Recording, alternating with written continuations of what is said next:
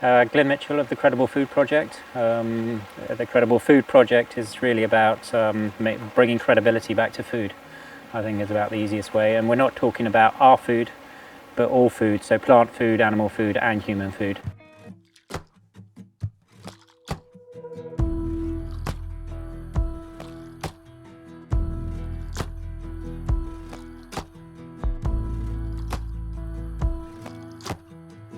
So it's about improving the nutritional value of crops, and how you do that is back down to ground zero, which is the soil. That's where it all grows from. So how do we do that? We're really sort of like looking at the fundamentals of what builds soil, what is soil, and basically soil is geology with life, whereas dirt is geology without life. And so it's very difficult to grow anything in dirt, but we're discovering that it's a lot easier to grow things when you get the geology, biology back into the geology. So how does it work? Well, it's really easy. The bacteria mine the nutrients from the sand, silts and clays. The fungi then transport those nutrients up to the plant, and the plant in return gives the fungi carbon in the form of photosynthesized carbon. And the system works, and that's the carbon cycle. So when your soils haven't got the biology in them to extract the minerals, we've got to get that biology back in, and the way we do that is to actually provide a food source to attract the biology in. So the biology is all around us. You get bacteria floating around in the atmosphere, you get fungal spores, you get viruses, you get everything floating around. We're predominantly interested in bacteria, fungi, protozoa, nematodes and microarthropods. That's all we're interested in. They then will make the chemistry and the physics available to the plants. So where do we get the bacteria from? Bacteria generally are nitrogen fixers, so they take nitrogen out of the atmosphere and convert it into a form of ammonia, which is a plant food. They really do like green material. That's where the nitrogen is that they're after. So a good bacterial food is what we call green material. So when it's green, anything green out of the garden is a bacterial food, and we think like a bee. So when we're collecting our composting material, we're collecting a diversity of green material, not just one or two.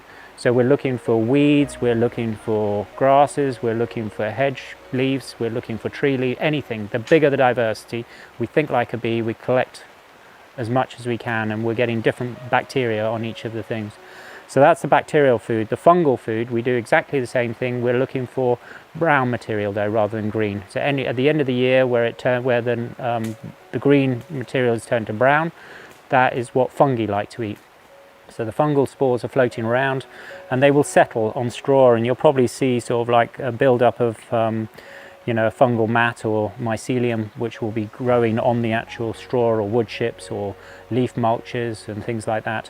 So we know fungi like that. So when we're making a compost, what we're doing is we're getting different ratios of carbon material and nitrogen material to get the type of compost that we need to create the microbes that we need that we're missing in the soil. And when it's working perfectly, when we get the right CN ratio, which for a compost should be about 30:1, so that's 30 carbon materials to 1 nitrogen, that's the perfect biodegradation. That's when biodegradation really happens in a very short period of time, and that's all we're doing. It's that easy. So by understanding what materials to put into your compost piles, to make sure it stays aerobic, in other words it smells good and doesn't go anaerobic, which when it goes anaerobic you're actually cultivating the pathogens, the bad guys, the root feeders and the fusariums and all the things farmers hate, and you'll end up with a compost in about 6 to 8 weeks. Once you've got that compost, you then check it down the microscope to make sure you've got that diversity of microbes in there. You can then make a compost tea, or a compost extract or a compost tea. The difference between the two is a compost extract is meant for soil, so it's to improve soil, whereas a compost tea is a foliar feed or a foliar protector. The only difference is you feed teas and you also brew it for longer, whereas compost extracts, you just extract the organisms and stick them into the soil. I'm Lucy Giraud. I'm studying conservation biology at Oxford Brookes Uni.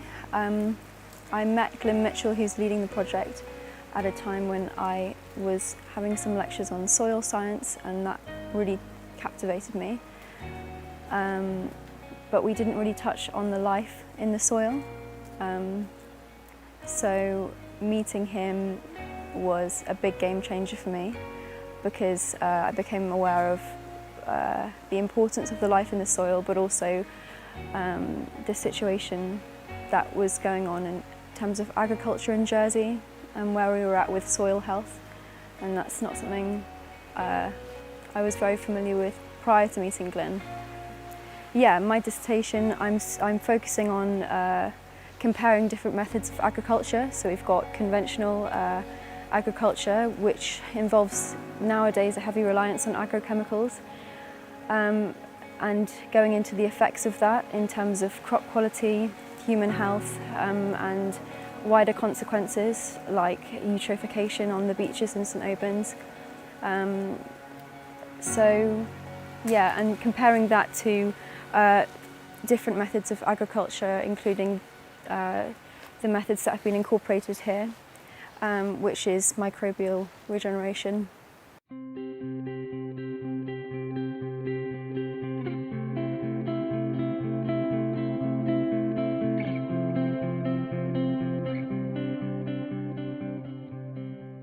I think, in Jersey we're, it's sort of like it's a 12-week cycle generally for the Jersey royal potato.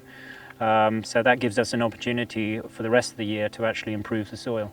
So traditionally everything goes into sort of like a grass lay, or into a maize, for the cattle feed and stuff like that. We don't think that maize or grass does very much for building soil. Maize is a fast grower, so it's actually taking more than it's giving. So actually the soil depletion, it's like, I mentioned it to you before, it's like if you keep on taking from the bank account, the natural capital account, you keep on withdrawing and you never put back, you're going to run out of money one day, basically, and that's where the farmers are today. So they're having to put more and more inputs in, expensive inputs, chemicals and fertilizers to support their crop, which is basically like subsidies. Government subsidies, so they're unable to support their own, it's not sustainable, so we have to find different ways. Microbes are very, very capable of actually mining the minerals from the sand, silts and clays. That's what they do, bacteria specifically, but also fungi. Fungi are like the motorways that bring those new minerals to the plant, and there's sort of like a really nice carbon trading system going. It's called the carbon cycle, where the plant actually takes in CO2, respires oxygen and transforms that carbon, that CO2, into what we call really simple sugars, proteins and carbohydrates, exactly the same thing as mum makes cakes and cookies with to attract the kids back from school. So they're all around our house and everything's going well. Well, the roots are doing the same to attract the biology in. So then there can be some carbon exchange going on. So the plant gets the minerals it needs, the fungi gets the carbon it needs, and everything's working really well. It's a nice system, but as soon as you come in with a fungicide, you kill off the fungi, which are the transport systems for the minerals. Then you have to start feeding the plants. Or the farmer has to start feeding the plants, which is extremely expensive because the production of nitrogen fertilizer uses up, I think it's 0.4% of the world's energy source. To actually crack the nitrogen atom, make it into a nitrogen fertilizer, produces a huge amount of CO2 in the first place, and then when you put it down it produces a huge amount of nitrogen oxide in the soil, which is again a greenhouse gas. And by the time you've actually ploughed the field and released all the carbon from it, you can see the carbon footprint is like, oof. But if you can stop that, yet the plants do the work, let the microbes do the work, because the bacteria make nitrogen. Bacteria and lightning strikes is where nitrogen traditionally comes from in the soil. So if you get the bacteria back in, who are able to pull the nitrogen out of the atmosphere and make it into ammonia, which is a form of plant food, natural form of plant food, then you're building the soil bank account again. You're enabling all the other microbes, which sort of like, it's basically just carnage down there. Everything eats each other, including the plants. So plants eat microbes, microbes eat plants. If you've got one thing missing, someone's going to get hungry. And that's where we are at the moment. What we're trying to do with Paul, well, what I'm trying to do with Paul is trying to work out the most cost-effective way of him improving the soil. Now, we've got to take time consideration into cost, obviously. So what we're doing is I take a baseline analysis of the soil microbes in this field, just because he's just literally straight out of chemicals into cover crops. Now, if we can increase the microbial communities in the soil as fast this way as we can by injecting the microbes, then let's do this.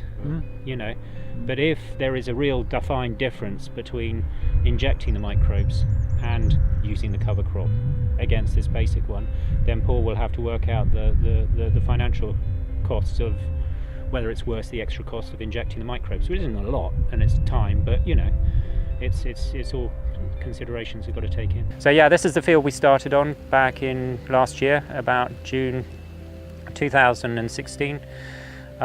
We sort of like first of all started off by taking a soil sample, which is a baseline to see what microbial mix we had in the soil. We know because of successions what plants require. You know, weeds like very bacterial soils, whereas sort of like a row crop, which this specifically or potentially is when it's potatoes, likes a sort of balanced, equal fungal bacteria ratio.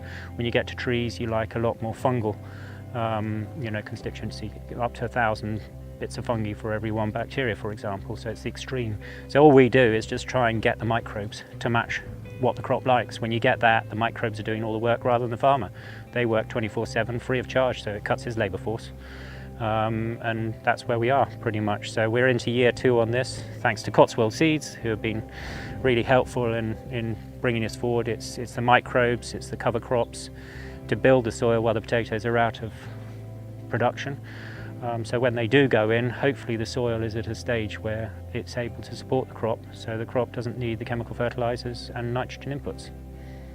Where everything's made of carbon or nitrogen in this world, including us, we all have a CN ratio, as it's called, so we've got more carbon in us than nitrogen. Some things like more nitrogen than carbon, like bacteria. So if you know, sort of like if I don't know, a bacteria is swimming around in the soil who's full of nitrogen, who's basically a nitrogen fuel source, and then a protozoa comes along and gobbles up that bacteria, who actually the protozoa has a higher carbon mixture to nitrogen like us, he's going to have to expel that. He's going to have to get rid of that nitrogen, otherwise he's going to blow up. So he poops it out, and that's when it becomes available to the plants, if you see what I mean. So plants are exactly the same. If a plant is brown, i.e. one of the brown plants I keep on referring to, in other words cereal crops and things, where it's green and then it turns to brown. When it's green, it's nitrogen, it's pulling nitrogen, it's drawing nitrogen from the soil, but as soon as it goes to brown, that nitrogen gets dumped back into the soil and you're left with the carbon. Fungi like eating carbon. So if you want to build the fungal constituency in the soil, you can use that as a cover crop to actually terminate the cover crop, which builds the fungi in the soil a lot faster. So we call brown crops sort of like soil builders, because it's usually the fungi that you've got to get in there. Whereas green crops like this are definitely you know, plant growth helpers, if you see what I mean, assistants. So when you're taking a field out of chemicals to start with, it's always advisable to have a good mix of, you know, brown in there, so grasses and cereals and things like that, to get your CN ratios right. If you go into just green like this, you're driving the, you know, the actual crop production for next year. So I would hope that Paul's potato production is up next year, because this is what I would classify more as a you know, as a crop builder rather than a soil builder. So, you know, we know nature doesn't do monocropping. You know, so for year 1, this field was pretty much, well, Paul can answer this, but it was grass and potatoes. So that's pretty much as monocrop as you can get. And then we added diversity by bringing in the three-way mix that you supplied last year. This year we're up to 7, I think it is. You're going to love this bit. I want to be up to 12 next year. And you know, we're going to keep building. And the more you get, the more you know. Nature's like a bee. It's a cyclic circle. It's not linear. You know, so the more diverse you can get, then the better the better the results. The more microbes you're going to get in place. You're going to, you know, Mother Nature is a successive system, so it wants beneficial organisms rather than the bad guys. So you make it comfortable for those microbes to come, they will come.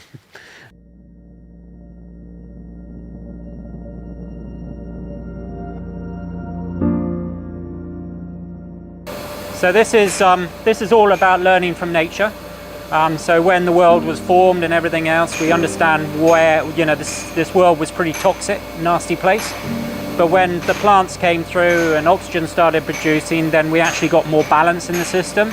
And then it was very progressive as more oxygen came in. But then as sort of like Mother Nature likes complete balance, she will throw a sort of curveball in every now and again, and that's usually pathogens or viruses or nasty things. But the one thing we know, when we take oxygen to our face, it usually gets oxygen into us and it helps cure us. Oxygen is one of the biggest curing factors that we've got, so that's what we're using in here. So this pump is really simple, it's just an air pump, and we're just literally inside we've got what we call a tea bag. That's where compost tea comes from, and we get 12 kilos of compost full of microbes. It's the right sort of compost, and we literally pump air through it into 1,000 gallons of water. But what the clever bit is, we can actually adjust it at this stage. So depending on what we want to grow, what plant we want to grow, we know now through the way the world was formed. At the beginning of the world it was pretty much bacterial, then the microbes came in, and then weeds, like a very bacterial type of soil as just seen back at the farm, with very little fungi in it. When you get the grasses, you get a little bit more fungi, and when you get down to the row crops, potatoes, tomatoes, it's an equal fungal bacteria balance. And then when you get around to the forest, you've got more fungi. So we're treating trees here, so I want a fungi compost tea. To increase the amount of fungi in there, what I do is I just feed it with bran, carbohydrates, and I get more fungi. If I wanted more bacteria, say I was trying to grow weeds, I'm not, but if I was, I would put sugar in there, molasses. So we can adjust the figures through this very simple process just by feeding the right microbes to get the tea to suit whatever crop we want. So this is how big and the amount of compost you need. It's literally 12 kilos of good compost. All this stuff here is completely harmless. You can actually drink this stuff. I have quite regularly. It doesn't do you any harm, but I always check down the microscope first to make sure there's no pathogens and bad things in there. But that is the difference. Now, if this was chemicals, you would have to wear full suits and everything else like this. Because it's natural and organic, it's safe. It's quite safe. As long as there's a few indicators which I always do. The first thing I do is to sniff it. Mother Nature's taught us if it's bad, don't eat it. If compost tea's gone bad and it smells, don't use it. It's that simple. Then all we do is put that into 1,000 litres, in this case, of water, and turn the lever on and off it goes, bubbling away. And we leave it there for, depending on what we want to do. If we're doing a soil amendment, we only need to leave it for 2 hours. But because this is going to be treating the trees, I'm spraying it on the trees and injecting, we're actually brewing this for 48 hours, where the microbes basically get sticky, so they stay on the surface of the leaf. Whereas if you're just doing an extract to get the microbes, you can just brew it for a couple of hours and get those microbes into the soil. So again, just by lengthening the amount of time the oxygen is going through the system, we'll get the results you want.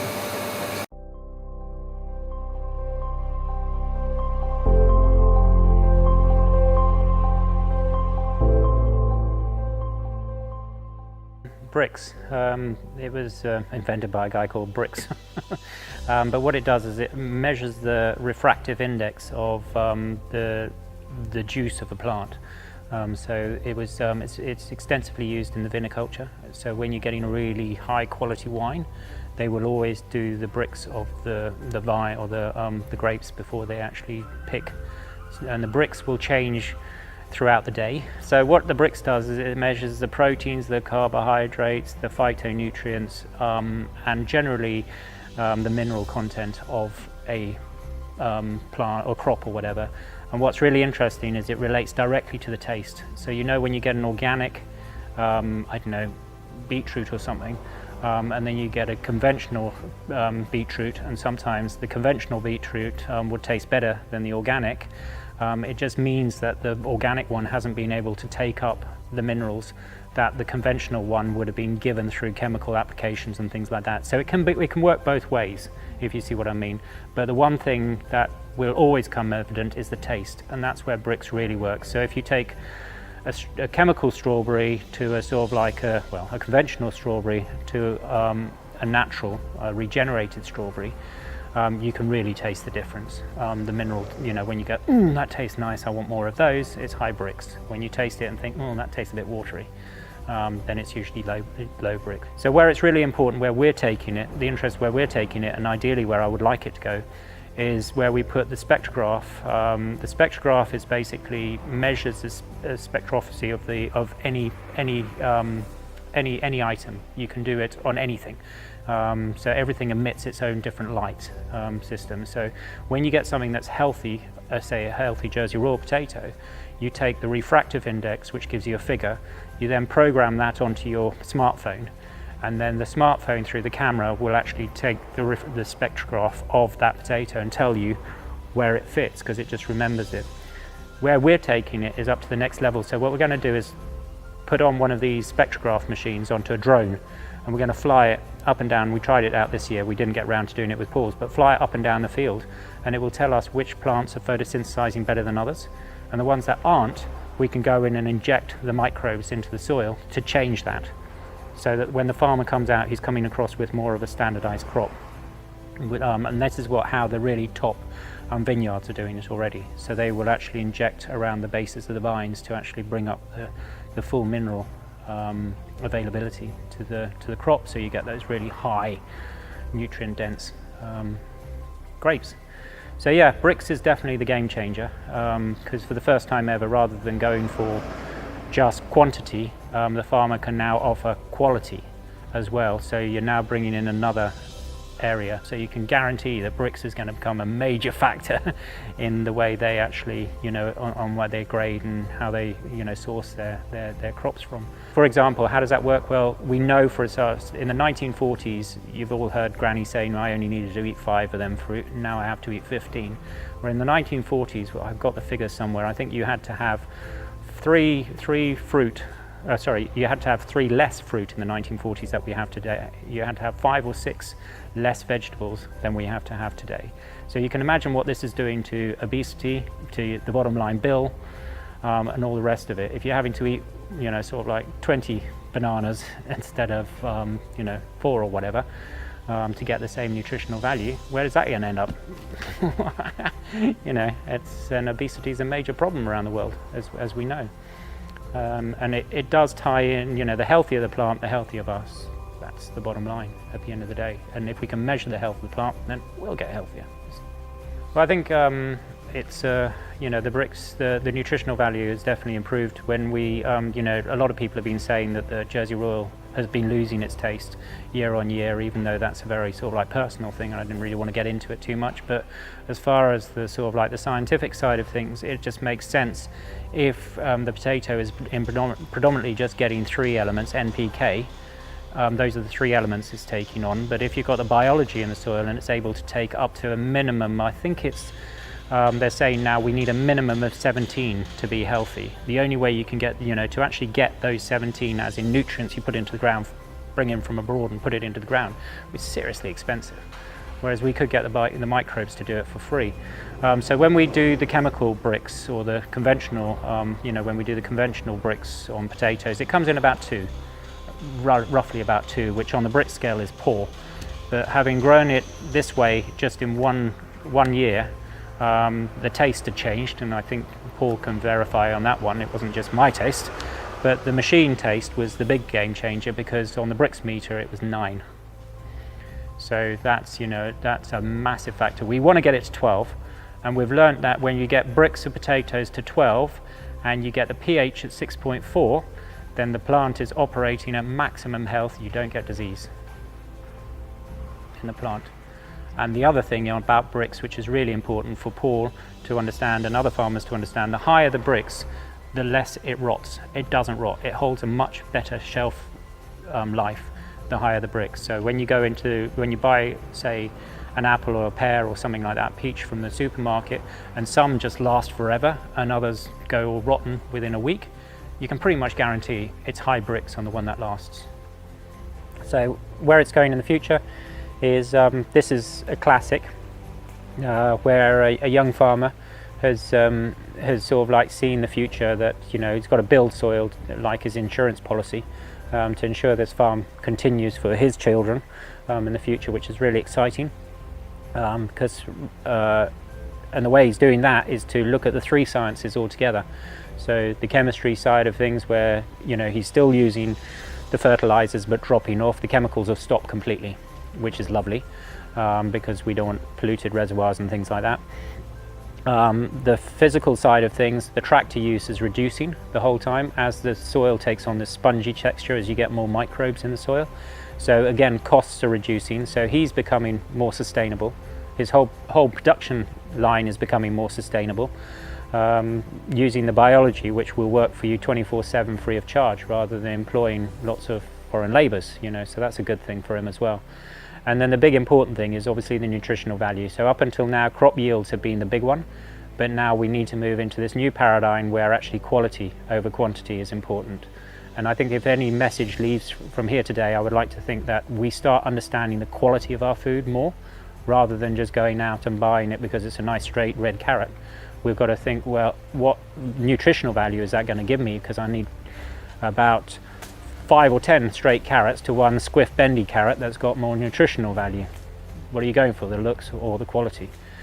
So yeah, there's a lot of thought process. But this farm is really exciting because this is probably one of the first beyond organic, I would say, or moving in that direction. It doesn't need to necessarily be organic, because if you need to use the antibiotics, like us, if we get sick, then yeah, you can use it, as long as you put the probiotics in afterwards and keep it as a healthy system and keep the Brix levels high. Then you can produce some really quality food, and there's a future in it. I don't know of any other farms that are doing like Justin's doing, where you're actually first of all assessing the microbes, the number of microbes in the soil, through a scientific technique, proven scientific technique, and then cultivating those microbes in a compost and a compost tea brewing system, injecting those microbes and caring for your plants with their microbes, and seeing soil regenerate.